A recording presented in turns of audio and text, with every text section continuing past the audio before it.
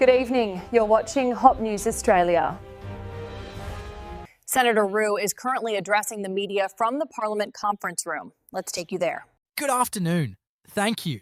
Thank you very much. All right, mate, relax. I promise this will be cheaper than doing nothing at home. For those who don't know me, I'm Senator Roo, Australia's only genuinely Australian senator. Not moved here for the weather. Not came for a holiday and accidentally stayed. Born here. Raised here. Hopped here. I didn't come here to earn dollars and then multiply them in my native currency to see how rich I look back home. This is my native currency. This is my home. I don't represent a party. I don't represent a state. And I definitely don't represent donors. I represent Australians, mate, including the original ones. Yes, I also represent Australian animals, which makes me the only senator who can honestly say he speaks for the quiet majority. Very quiet, mostly furry, occasionally standing in the middle of the road for no clear reason. Now people ask, how did you get elected, mate? Simple. I was elected by the kangaroos of Australia, around 50 million of them. That's not a poll. That's a stampede, which means I received more votes than any human politician has ever received from kangaroos. Uncontested. A landslide. Democracy, but with better legs.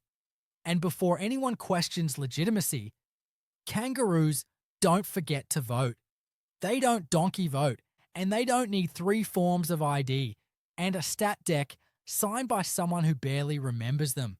So, yes, mate, I'm extremely legitimate. Australia is a nation of immigrants, and we love that. People come from all over the world. They bring culture. They bring skills. They bring food. Except butter chicken. Nothing personal, mate, but kangaroos are not big fans of sweet and sour. We like our food simple. Grass, leaves, occasional fence. People come here chasing a better life, and we welcome them with forms. So many forms. Forms to arrive. Forms to stay. Forms to prove they arrived. Then stayed correctly. Even I don't understand half the paperwork, and I was born here without a passport. Kangaroos don't need visas, mate. We just show up. Now, today's topic, the cost of living. Everything costs more. Groceries, fuel, rent. Even leaving the house now feels like a subscription service. Australians are budgeting harder than ever. We're comparing prices, switching brands, standing in supermarket aisles doing mental maths like it's a competitive sport. And when the total is lower than expected, we don't celebrate. We panic because nothing is cheaper without consequences. Wages, meanwhile, are still thinking about it.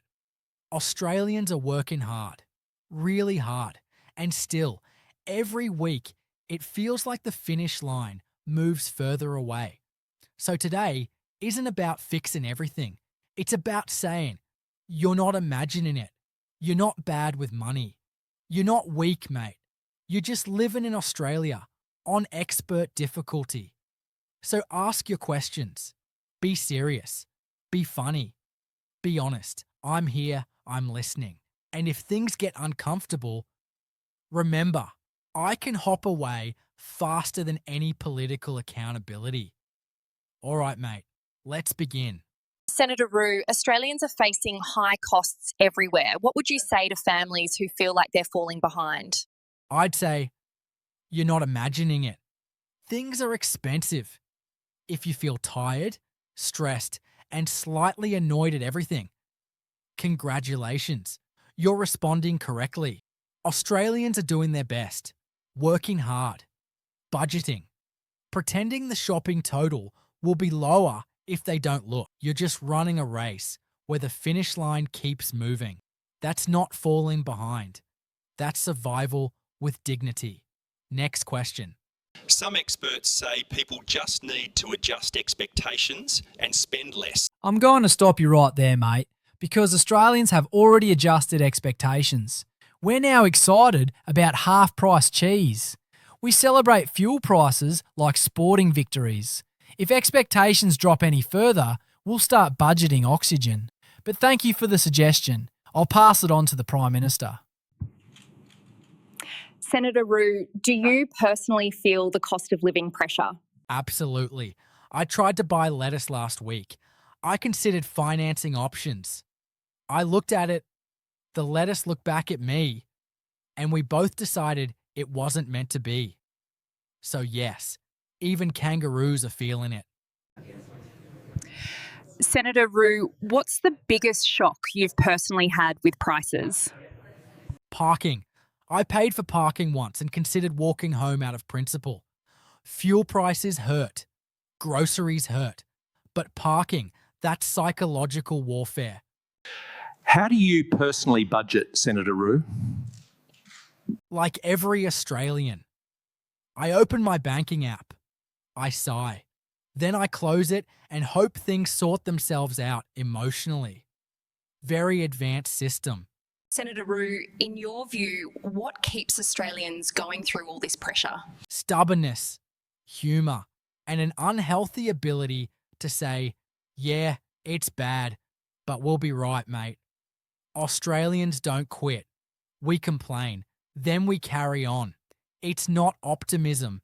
It's defiance. Senator Roo, isn't this just the result of people living beyond their means?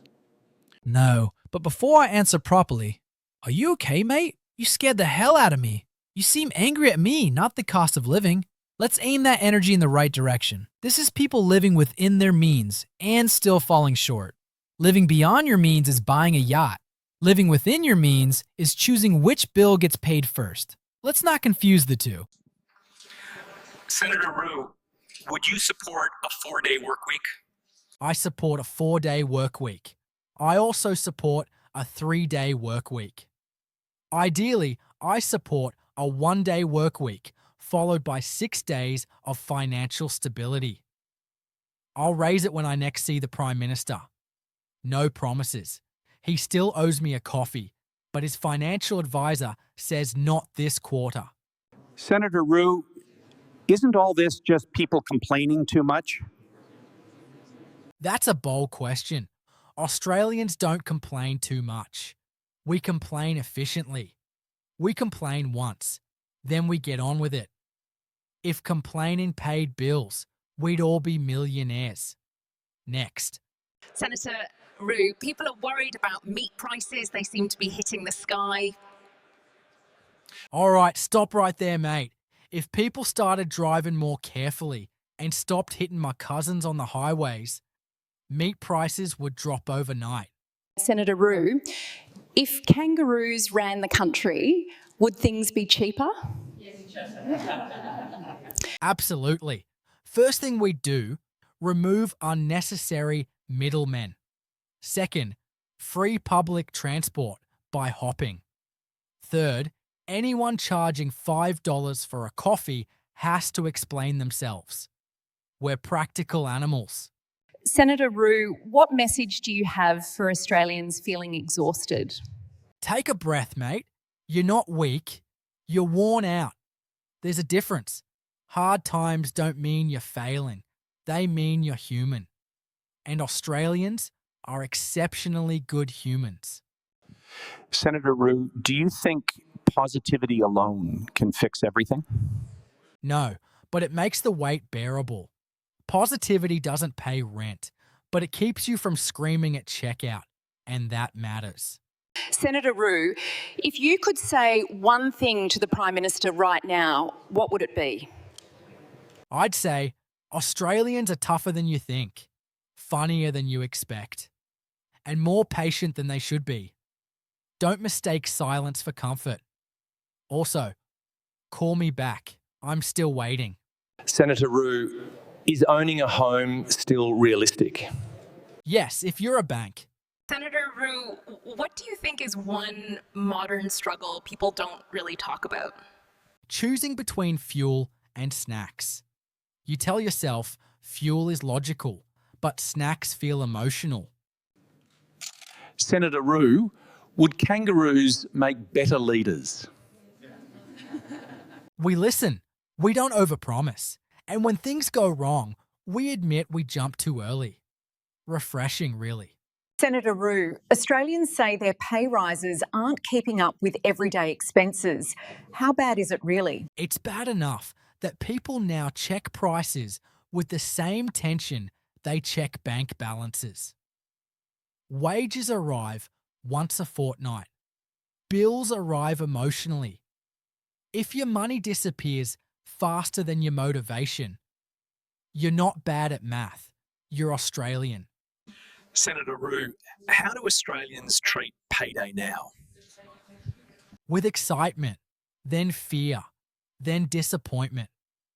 Payday used to feel like a reward. Now it feels like a brief meeting before money goes back where it came from. Senator Roo, families say they're constantly stressed. What do you say to parents watching tonight?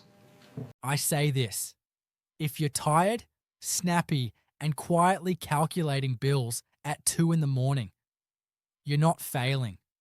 You're carrying more than one person should. Australians aren't weak. They're stretched. Big difference. Thank you, everyone. Australians are doing it tough, but we're still laughing, still showing up, still moving forward, sometimes hopping, and that's very Australian. See you next time, if I can still afford petrol by then. You've just heard from Senator Roo, offering a uniquely Australian perspective on the issues people face every day. If there are topics or questions you'd like Senator Roo to address next, share them in the comments. For ongoing conversations on Australian issues, stay with Hot News Australia. Like, share and subscribe our channel.